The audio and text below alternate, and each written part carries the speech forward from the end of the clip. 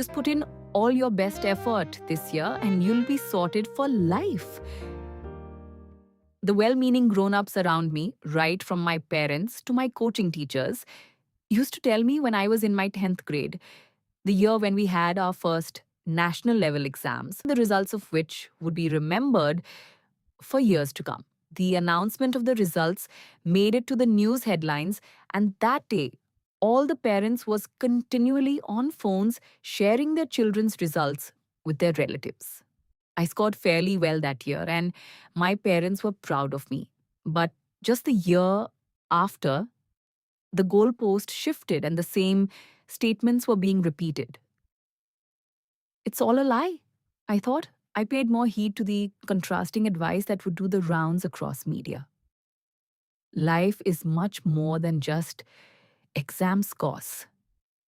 They do not define how well you'll do in life. Every so often, the newspapers were flooded with such advice to take the stress off the students during exam time and then closer to when the results would be announced. In younger years, it can be hard to have the discerning ability to not take all advice at their face value. It's tricky to understand that life comes in shades of grey, and all advice is just contextual. So I followed the advice that seemed most convenient at the time.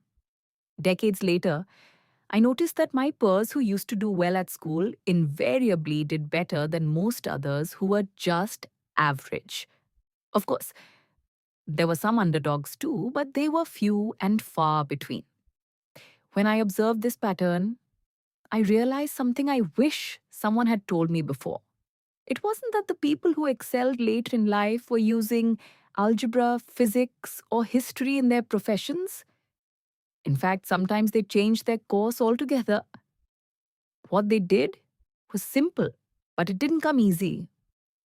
They practiced winning. They were addicted to the being the best at whatever it was they were doing. They did not give themselves the option to settle for anything lesser. So they put in all their efforts to make sure they excelled at whatever was at hand. In contrast, I had practiced playing the victim card and building convincing justifications for being average.